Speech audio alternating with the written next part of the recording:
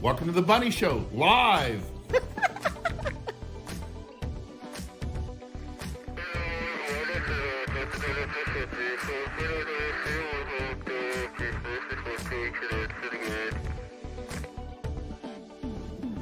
Sex saves marriages. Some say I'm a goddess with both brains and compassion. I say I'm 20% girl brain and 100% fun. I want to help you navigate the labyrinth that is the female mind. If you're not having sex with her, what are you even doing? It's only too much sex when it interferes with your mission. What we're talking about translates not only into success with women, but into social and business interactions across the board with anyone. I want you to win in life, in business, and primarily in sex. I'm like Dr. Ruth meets Nina Hartley, except I only take my clothes off in public when there's tequila shots involved.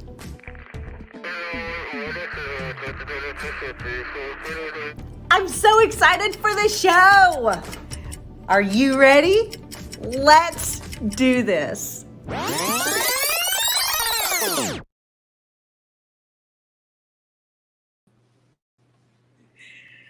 Good morning, good morning. Welcome to the Bunny Show Live. I am your resident sexpert, Bunny. Today we are digging into some research that I think is of critical importance to you. Now, I just want to put this caveat out there. You guys all have a type of girl that you like. You all have a type of girl that you are just naturally drawn to and that stand up to the dick test. You all also have to keep in mind that depending on your age and stage of life or your cultural norms, this may or may not apply to you. We are talking today about research out of, and I want to get this right, Aubergine, why that's backing up it. They did a study that on an attractiveness scale that men find women who are thinner more attractive for the purpose of reproduction, longevity, health risks, all of the things that go into a girl being a good mother and a good fit for a long-term partnership. A girl can't take care of you for a lifetime and raise your children and build a happy home if she does not have the health to do so. So this study in particular is discussing all of that and digging down to the core reason why men are just young men are just naturally more attracted to thinner, healthier women. Now, again, if you are older, if you are not necessarily trying to reproduce, if culturally speaking, thick women are your thing, if you just don't feel like you're as picky, or you just have always kind of had a thing for softer, more full-bodied women, that's great. I'm not fat shaming your choices. I'm just telling you from a research perspective that it's a thing, that you're not going crazy if your eye is naturally drawn to thinner women, particularly if you are still young, if you have not yet married, if you are thinking about fielding for wife and mother potential, and if that appeals to you. So we are going to go through today each of the kind of phases of relationship that women go through that affect her weight.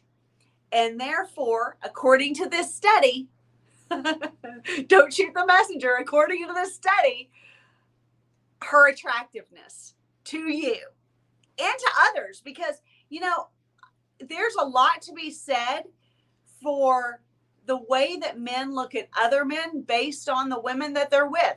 So the woman that you choose to create a life with is a direct reflection on you as a man, and you are inevitably judged based on your choices, your availability, and the type of woman that you attract. So make no mistake, this goes wide and deep, and I would love to write a book on this. I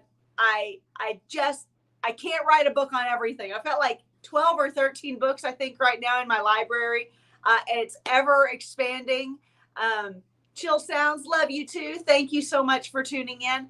It's ever expanding, but there's only so much bandwidth. So I have to go deep and wide with this conversation today, and try really hard to like vomit all the lessons onto you. That is my goal for today, and that's probably just the best way to put it. So we are going to start. I want to do a little love, a little shout out here. Thank you. We love you too. We love you too. We love everybody who's tuning in, everyone who tunes in after the fact, whether you're live, whether you join in the conversation, or watch kind of incognito after the fact. We respect all of that.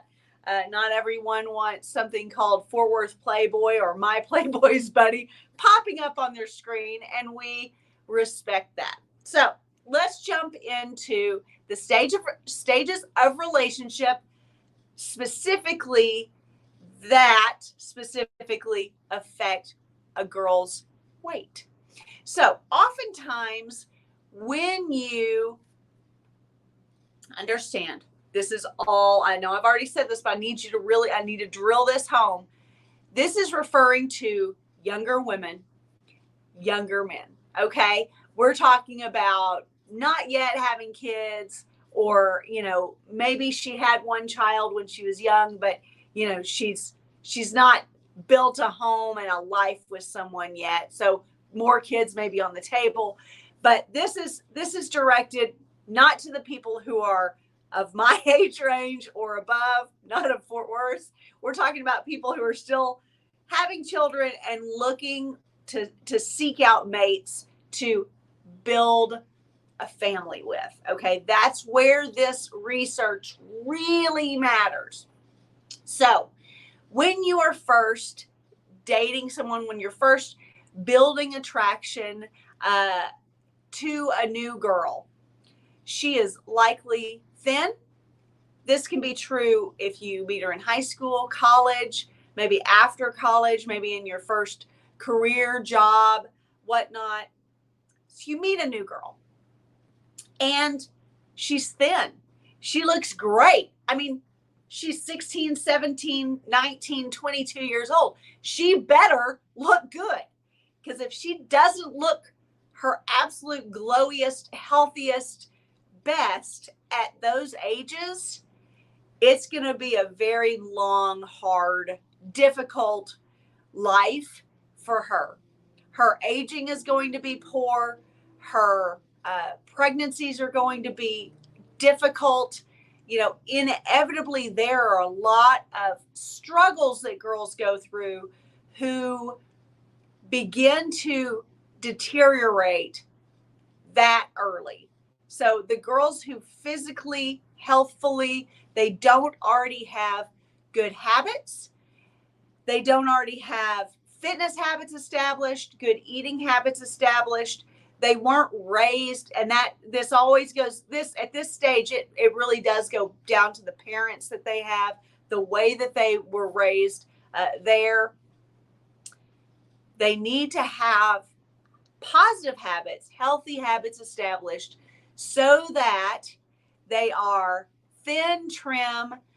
At 16 to 22, these girls should be the epitome of perfect health and should reflect that in their bodies, in the health and glowiness of their physical bodies. They should be thin.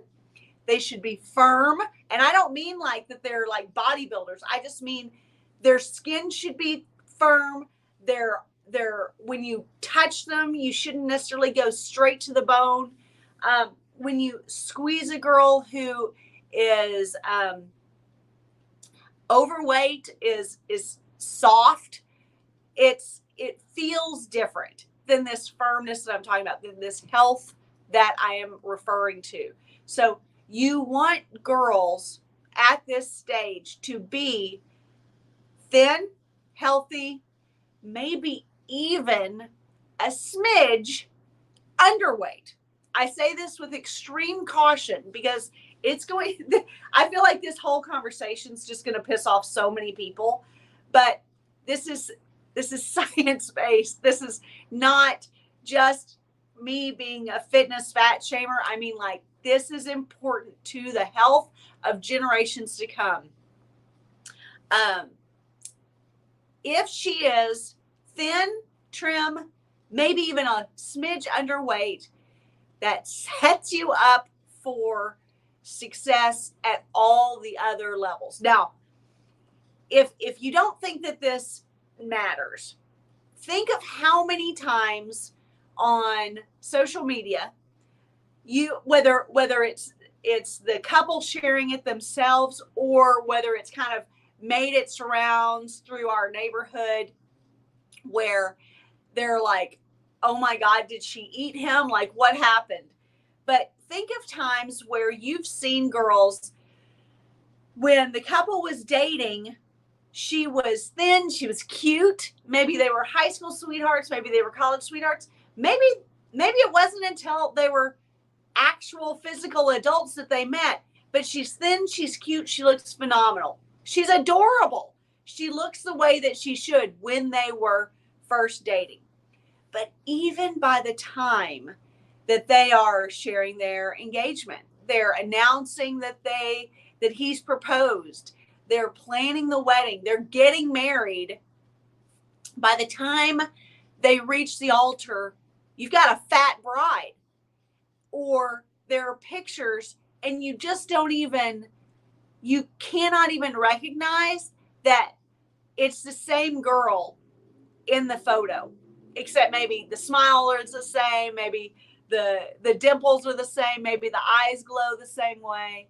But short of that, they're virtually unrecognizable to the way that they were even 2 years before in just dating.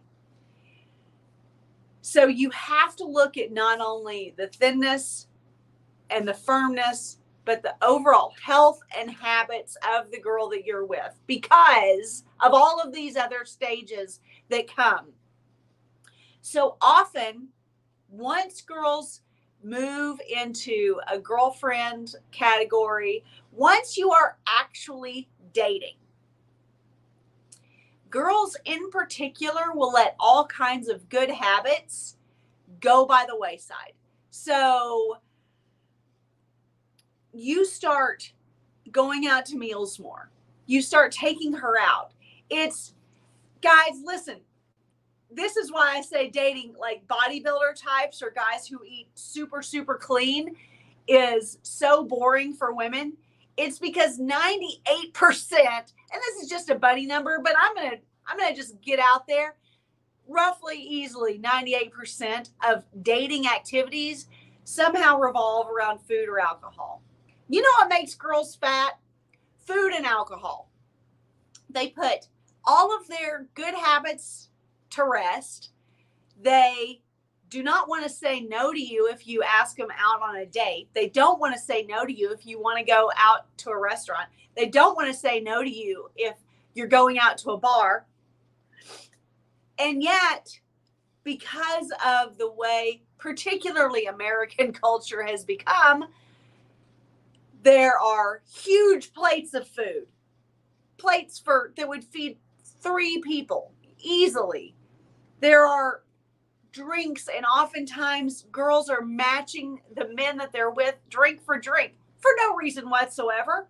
This wasn't always a thing. I don't know why it's a thing now, but so with no moderation, she will easily put on weight because maybe she already ate out a lot. Maybe she already went to restaurants a lot, partied a lot, went to bars when you met her. Maybe she's already got some of those habits established, but she went for a run in the mornings, or she was in a physical education class, a fitness class through her university, through she was in athletics in high school. She, attends, does Pilates every day at her gym. But as she gets to dating, she starts skipping those things. She starts saying, well, I missed my workout today, but I'll go tomorrow.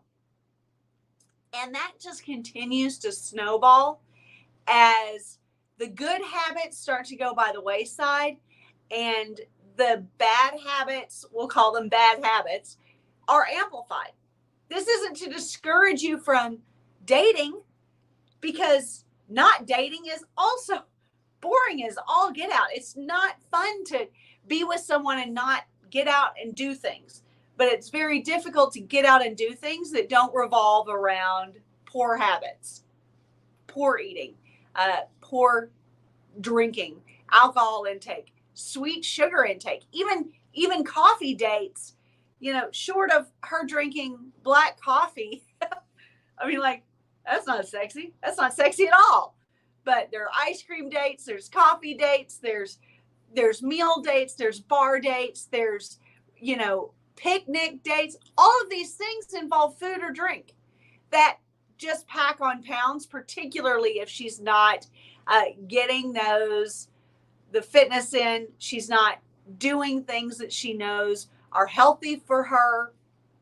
And it's all stuff that she will be adamant and religious about when she's seeking a man. But once she has a guy, 9 times out of 10, a girl will let those good habits go by the wayside. So this is where happy weight comes in. Happy weight on some girls could be 5 pounds. On others, it could be 30, 40, 50.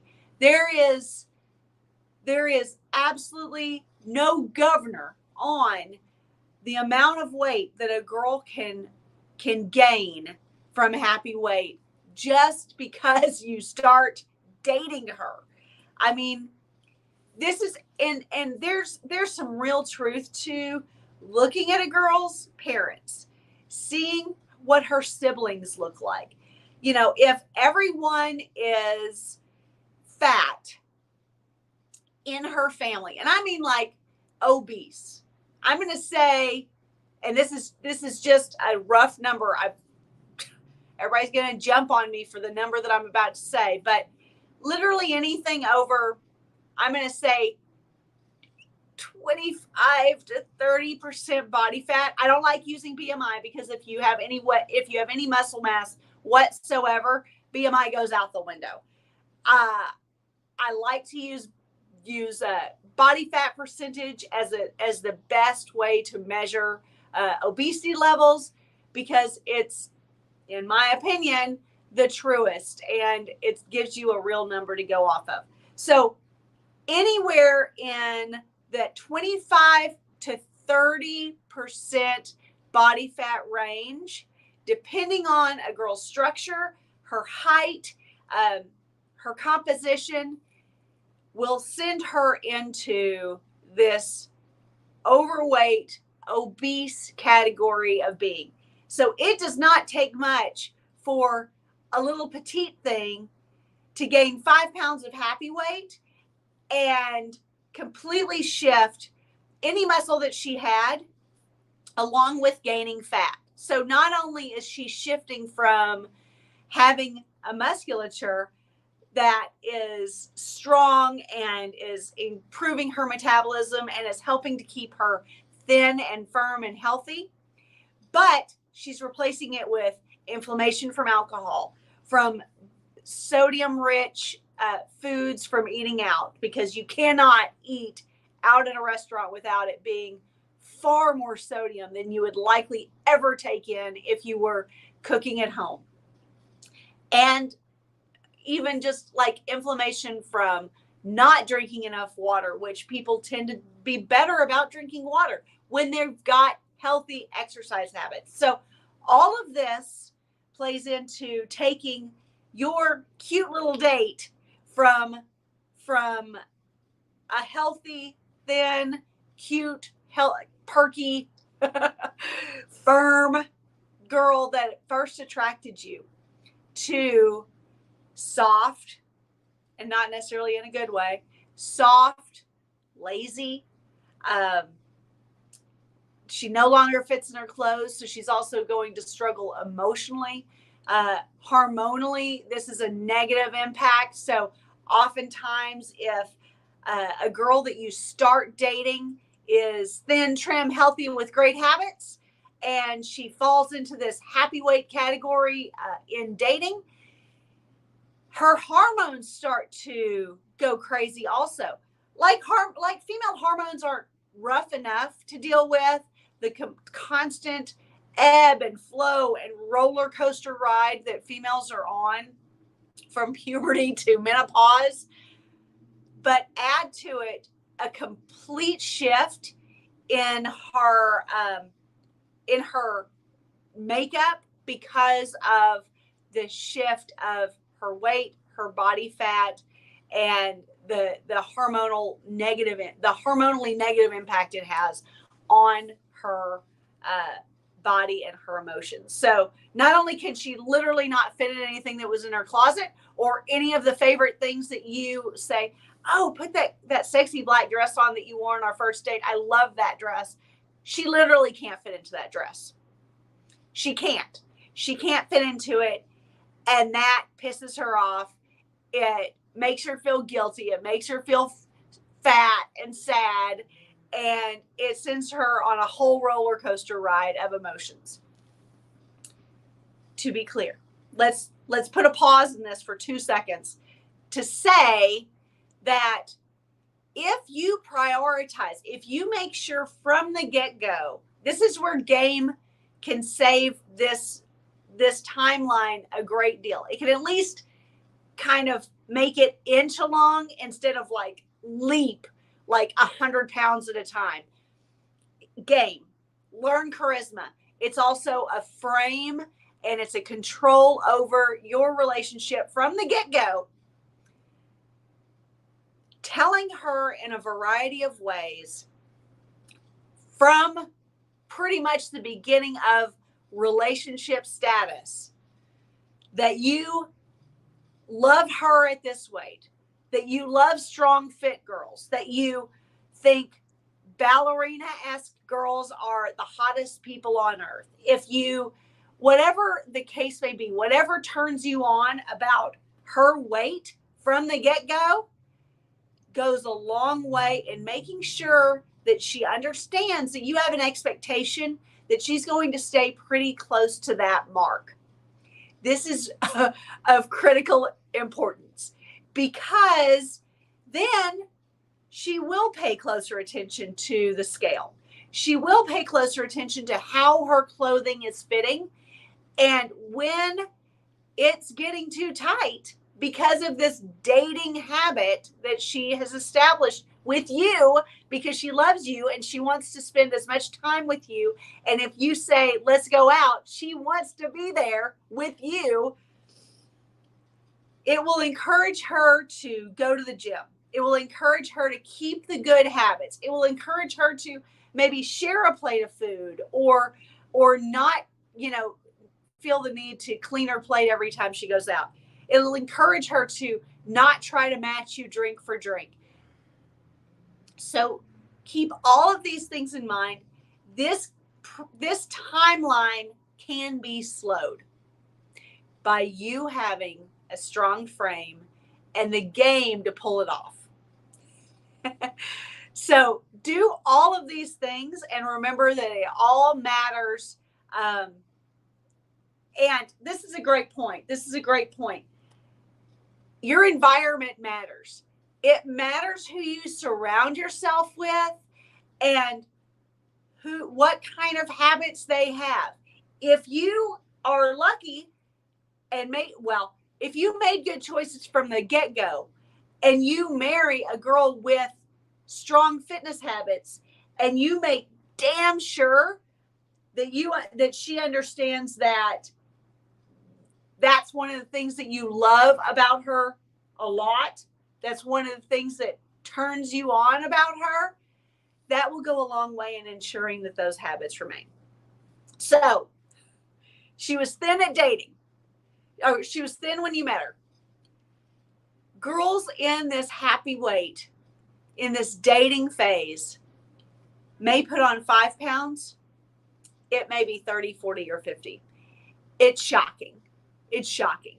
And the problem with this is not as much just that you may think she's still beautiful, even 40, 50 pounds overweight or over the weight that she initially was when you met her. The problem comes in that now unhealthy habits have replaced any positive habits whatsoever. Very seldom do girls who are 50 pounds overweight, who are not initially getting into it and trying to with the hope of losing weight or the plan of losing weight, but girls don't exercise their way up to 50 pounds overweight. It just doesn't happen. They may gain 50 pounds of muscle, but that's a whole different scenario. I'm not talking about bodybuilding today. I'm talking about health and reproduction and the future generations that you are bringing into this world. So keep all of this in mind. So now we've got incredibly unhealthy habits established. And yet you still propose. In this timeline, in this scenario, you still propose. Even though she doesn't look anything like she did when you first started dating her. You love her. You think she's amazing. She's crazy about you. She goes along with all of your silly things and all the hobbies and things and quirks that you have, and she giggles and she thinks you're phenomenal. You love this woman. You propose to her. She kind of goes, well, I want to look great for my wedding. So maybe she starts exercising. Maybe she goes on 50 different fad diets, and each time she loses 10 pounds but gains 15, because this is what fad diets do. You know, you have to understand that the rare woman will lose weight during that engagement period of life. Rare. Thin girls who are already fit and trim, they will pump it up to a next level that has never been seen before. She will truly look her absolute best ever, no matter what her age, at her wedding, because that is the most important day of her life, is the day that she gets to marry you. So girls who already have really healthy habits established will absolutely turn up those healthy habits to like fire mode. They will be like Hollywood actors who are having to prep for a role. It'll be insane dedication. It's almost like she's trying to get on stage, because she is. That wedding, the altar with you, is her ultimate stage. And so she's really excited about that. Girls who are 30, 40, 50 pounds overweight will focus on their makeup. Their face will look like a zebra by the time you get on at the front of that church, at the front of the JP, wherever it is that you're going, however it is that you're marrying her, her face will be contoured to an insane degree. But you can't hide the back fat. You can't hide the squish. You can't hide the fat fingers, the swelling. You can't hide that there's no definition in the forearm. You can't hide that her feet look like they're about to explode out of her shoes. And these are shoes that are supposed to fit her feet. You cannot cover up with makeup. You cannot create definition or slimness where there is none. But her face will look like an abstract painting by the time she's in front of you. You will not recognize her. She'll be beautiful. You'll think that she is beautiful because you love her, and that's you love her at any size. I get it. But understand that the belief that girls, once you propose, will lose weight if they have already taken hold of some really unhealthy habits is a lot to ask and is incredibly unlikely. Likelihood is, like I said, she will go on fad diets. She may even hire a personal trainer. But if she exercises, she will justify eating her way through the grocery store because she worked out. These are all games that girls play at every stage of relationship. So understand that during this engagement phase, she likely will not lose weight, not anything that sticks. And she likely, because of the stress of planning a wedding, she may even gain more weight. I'm going to say roughly she'll stay the same weight because she'll fluctuate. She'll go down 10 pounds. She'll go up 15. She'll have a little bit more stress in her life because she is, dealing with all of this, because she's taste testing cakes, because she's, doing all this kind of stuff in preparation for the big day. Jimmy Dare has a good point. 1000% diet is more important than exercise. You cannot outrun a jelly donut, guys.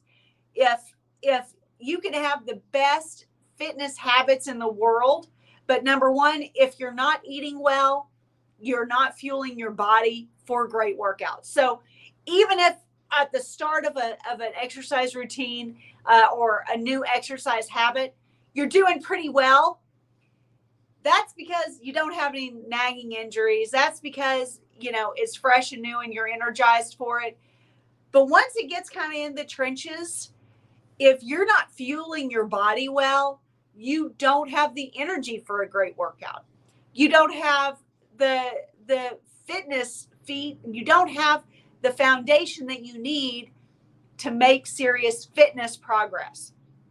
However, even fit girls can exercise their asses off and keep doing what they're doing, but something shifts negatively in their diet and her whole physique goes off the rails.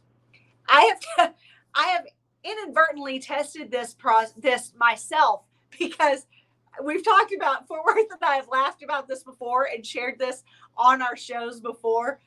But I love pizza. I am a fitness girl. I was born a fitness girl. I've been in dance. I've been in weightlifting. I've been in running. I've been in long distance running and sprinting. I've done everything. I've always been a fitness girl. And yet I went a year where I was eating pizza every weekend. Everything else was pretty normal. Everything else about work, everything else about my stress levels, my sleep, my fitness, everything else was pretty copacetic. It was like, but all I did was add pizza every weekend. And once it kind of started catching up, it was like stuff started just falling apart. I didn't have as much energy for workouts. I didn't want to work out. I wanted to. My head wanted to, but my body was like, that doesn't sound like any fun at all. I didn't like the way that it was changing my body, and I didn't feel, or look my best. So even the healthiest habit girls and the fitness girls can be run off the rails by their diet, which is why Jimmy says, and it's 100% accurate, diet is the most important thing. It's the 80-20 rule. 80% diet, 20% exercise, but you still need to be exercising all the time. So we've established that she probably will stay about the same weight during the engagement phase of life. She'll fluctuate a lot, which gets a little bit dangerous with dress fittings and things of that nature. Then you get married.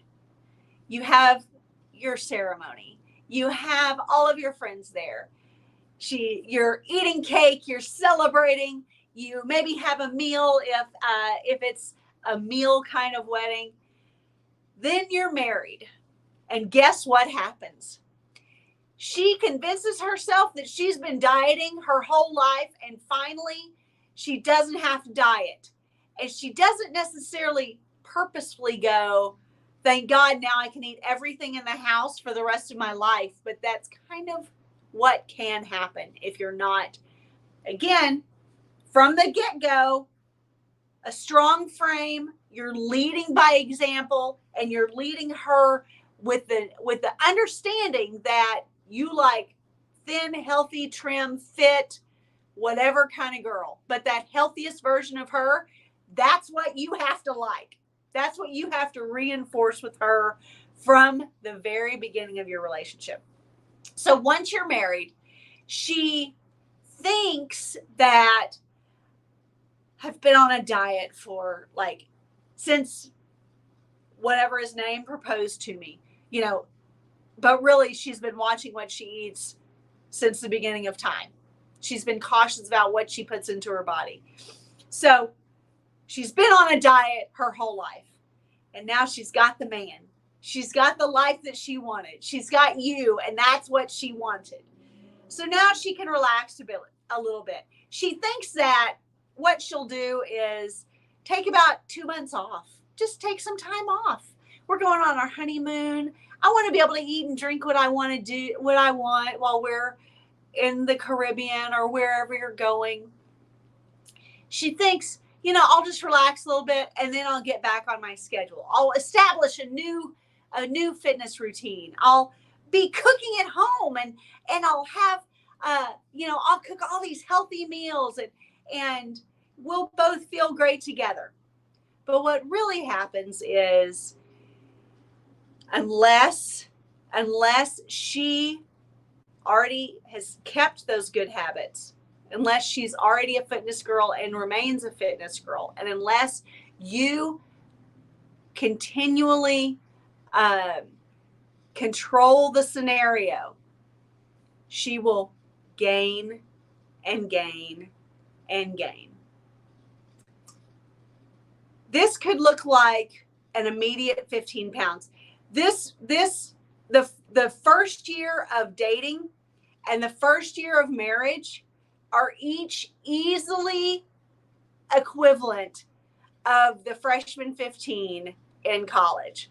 So make no mistake, she could gain 15 pounds in the first 2 months of being married, just because she, thinks that she's been dieting hard to look great for the wedding, just because she, wants to relax and enjoy being married. She wants to enjoy establishing your home together, whatever excuses she's telling herself to allow herself to sit up at 11 p.m. eating chips and dip or cookies or drinking every night, whatever it is that she's telling herself, that's just piling the weight on in record time.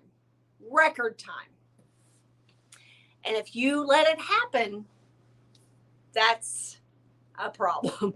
That's a problem, because let's say 2 years down the road, you and she decide that you'd like to start having children. At this point, this woman could be 50 pounds overweight.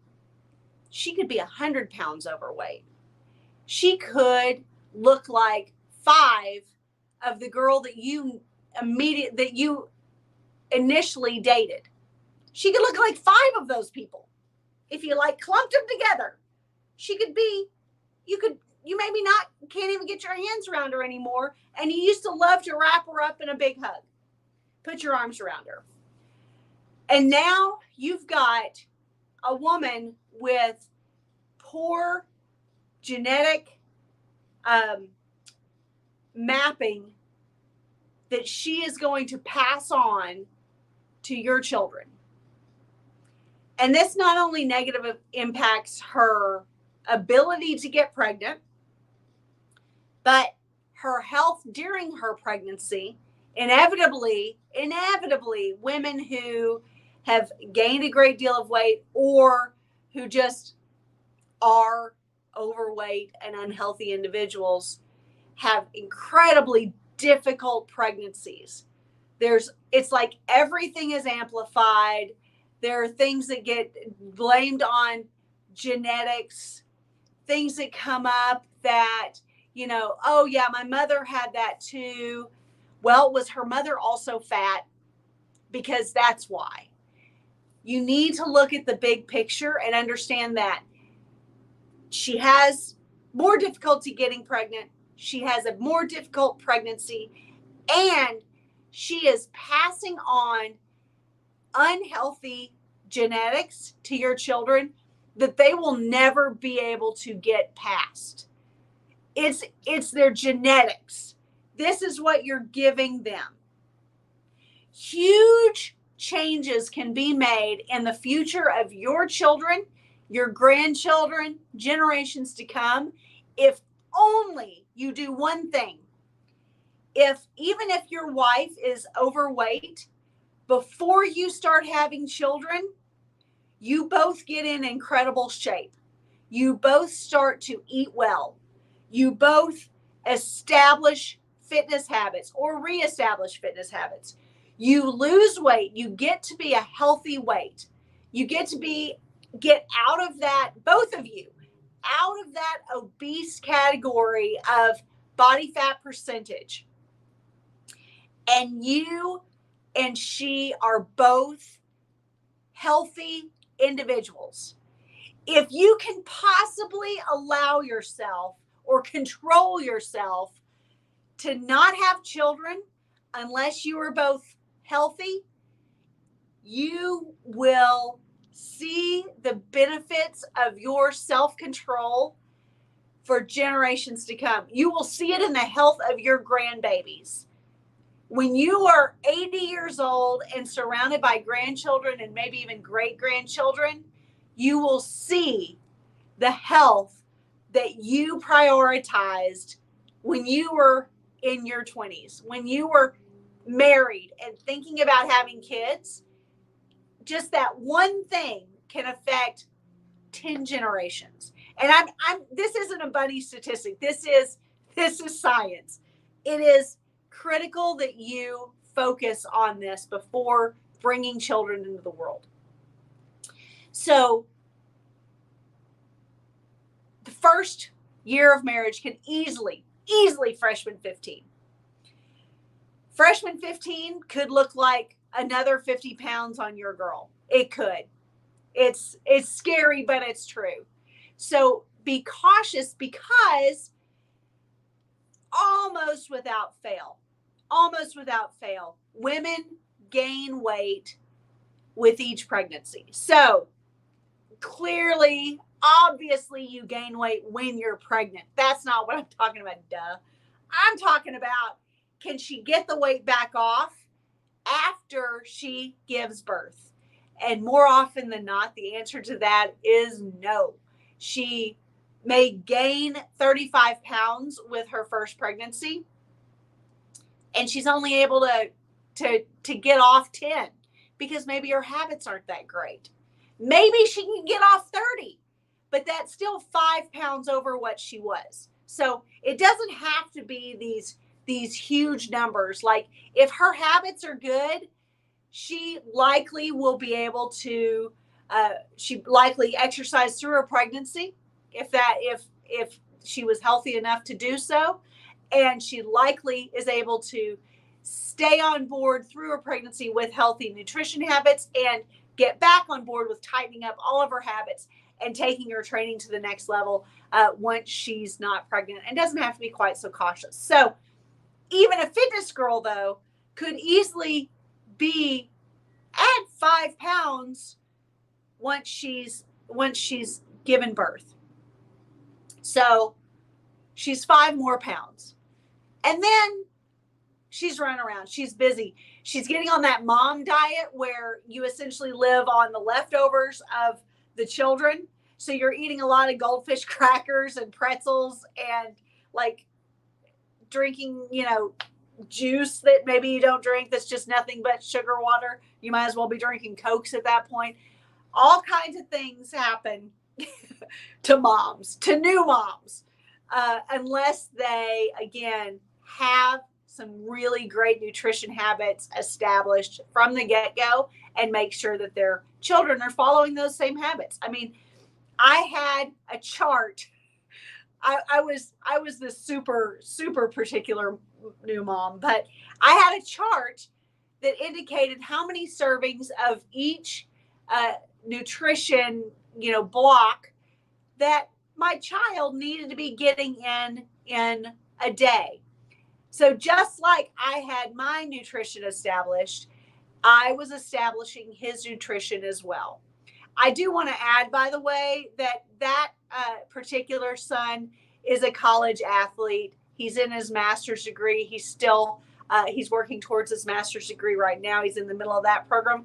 And he is a top level college athlete. So there is a lot to be said for making sure that you are establishing positive, healthy habits at every stage of your child's life as well. So it's time to have a second, a third, a fourth, maybe a fifth kid. I'm all for it. I say the more kids, the merrier. I'm an only child, and I always knew that I wanted to have a house full of kids. For Worth and I, between the two of us, we have 7 kids. It's my absolute happiest when everyone's together. It makes me so happy. When I was married, I had 2 stepsons and we had 3 children. So we had 5 kids in the house. They all always lived with us. This is awesome. So I am very much like pro kid. Make no mistake. But understand that with every child, even girls with great habits will inevitably lose a little bit of their ability, their time, their energy to keep those great habits established. They will inevitably gain a little bit of weight, get a little bit softer. They may get a hold of it better after each pregnancy, but truly with each pregnancy, it also gets a little bit more difficult because she's getting older. If you're letting 2, 3, 4 years go between kids, that's 2, 3, 4 years older that she is.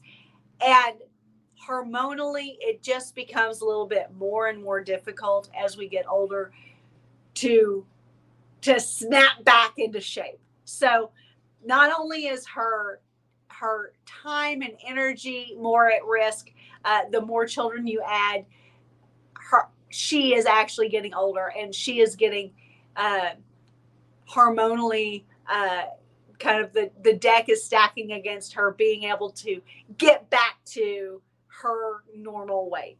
That's all. It's not to say it can't happen. It just gets more difficult. Even for the fitness girls who, yes, okay, so menopause, but we're not talking about menopause because we're talking about childbearing years. So to be clear. So even the best habit girls still will struggle with more and more children to lose all of the weight, all of the baby weight, or to harden up. They may lose the weight, but maybe they look like a skeletal version of what they once did because they aren't as fit and firm as they once were. So if that happens with fitness girls, imagine if she gained 15 pounds during dating, and then let's say another 5 pounds ish because of the ebb and flow during the engagement process, 15 pounds in the first 2 months of marriage, another 50 pounds in the first year or two of marriage, and then you start stacking the kids on. How much weight could your girl gain if you don't establish from a very early stage that health, fitness, a trim, thin body is important to you? This is why, to circle all the way back to the research, this is why the research that jump-started this episode says that young men's eyes are drawn to thin, healthy women. And this is all because of this entire 50 minutes that we've been talking and going through these stages of relationship and their impact on your girl and her habits. Because when young men are the harshest critics of a girl's body weight. Make no mistake. 45-year-old guys, they're a little bit more forgiving. They've had some kids. They've watched their now ex-wife go through it. They understand that, she's not going to be as firm as a 20-year-old. 40, 50, 60, 80-year-olds. You guys tend to be a little bit more forgiving. Not necessarily that you should, but that you do. But 20-year-old guys, 25-year-old guys who are looking possibly at dating for marriage, dating with a purpose, establishing someone who you can create a life with, these guys need to be the harshest critics because they are going to be planting their seed for generations to come. So that research out of Aberdeen, it's all about young men's eye being drawn to and finding women more attractive who are healthy, thin, trim, because they understand biologically what a difference and what an impact it has on the rest of your life together and the lives that come out of your union. So, are you guys tired of hearing the sound of my voice? Because I'm kind of tired of it. But this is a critical topic that I am so thrilled that you were game to tune in for, because this is a big deal. This is a big deal. These are lessons that even if you're beyond childbearing years, you've had all your kids, whatever, you need to pass these lessons on to the kids that come out of you. You need to pass these lessons on to your sons and your daughters, your grandchildren. You need to understand that this is a critical element to your family lineage, and it's just as important as carrying on the family name. Carrying on great genetics goes a long way, and that is determined by your habits. If you have not already, I hope that you will jump on my email list. Fort Worth just threw that link into the chatter box, and I appreciate that. He is my number one in the chat box on Wake Up with Buddy. I'm sorry, Buddy Show live shows. He is running the show in there, and I love it. Thank you for sharing that, and thank you for signing up for my email list. I try to, with as much information as I just packed into this episode of the Buddy Show live, I try to put that level of effort also into my daily emails that I send to you guys. I want you to get some serious benefit from being on my email list. Every once in a while, I'll salesy you. Like, the email will be like, please buy this. But for the most part, it is emails that have information like I'm sharing today that are power packed, that have lots of free info, and that will hopefully help you in your relationships, in your dating, in your family building, in your attraction, in your confidence, and in your sex life. So make no mistake, being on my email list, I really take that very seriously, and I value the people who are jumping in and signing up. He's also putting my Date with a Purpose bundle, because if you are still in it with me here at the 55-hour mark, 55-minute mark, you may be of the age to be dating with a purpose. So choosing someone for marriage, choosing someone to create a life with. And if that is you, my Date with a Purpose bundle is, I believe, 4 books. It could be 5. I don't recall. It's 4 or 5 books that will help you along the steps. It is a collab with Worth Playboy. So we're giving you the strategies to meet, date, attract the girls that you most desire, and take them all the way from stranger to possibly even to your wedding day. So that is up to you, but we want to get the most girls in front of you that you most desire, so that you have the control to choose who you want to be with, possibly for the rest of your life. Also, if any of our bundles are of particular importance or interest to you, the most important bundle that I could possibly lift up to you is my Evergreen bundle. This is a one price time that gets you everything in my current library. Like I said, I think I'm at 12 or 13 books right now. It's everything instantly downloadable in my current library, and everything that my Playboys Bunny ever publishes in the realm of dating, relationships, sex, attraction, confidence, whatever it is. If it is in my realm, you will automatically, with no future purchases, be sent the newest book in the arsenal. So this price will only last for 10 book bundle purchases, because then by this point the books will be so many that the price point would just be ridiculous.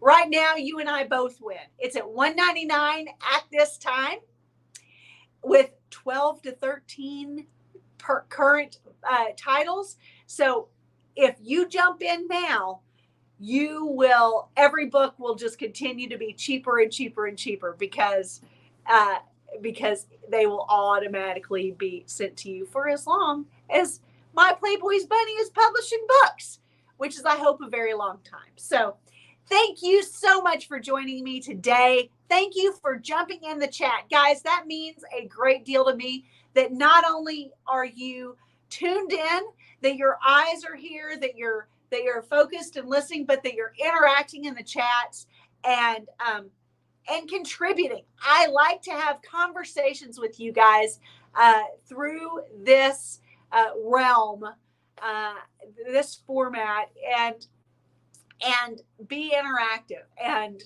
communicate with you guys, and you add so much to the conversation, and I really appreciate you joining in the conversation, those of you who are able to tune in live. So thank you so much. Thank you, as always, to Worth Playboy. He always makes me look good on here. I appreciate that he mans the chat on Sunday mornings for this show. And thank you all for tuning in. I genuinely appreciate that you've taken an hour out of your day for Bunny Church. So thank you so much for being here. Like Worth said, have a great day. We want you to win. Bye. Oh, I love it. I love it. I love it.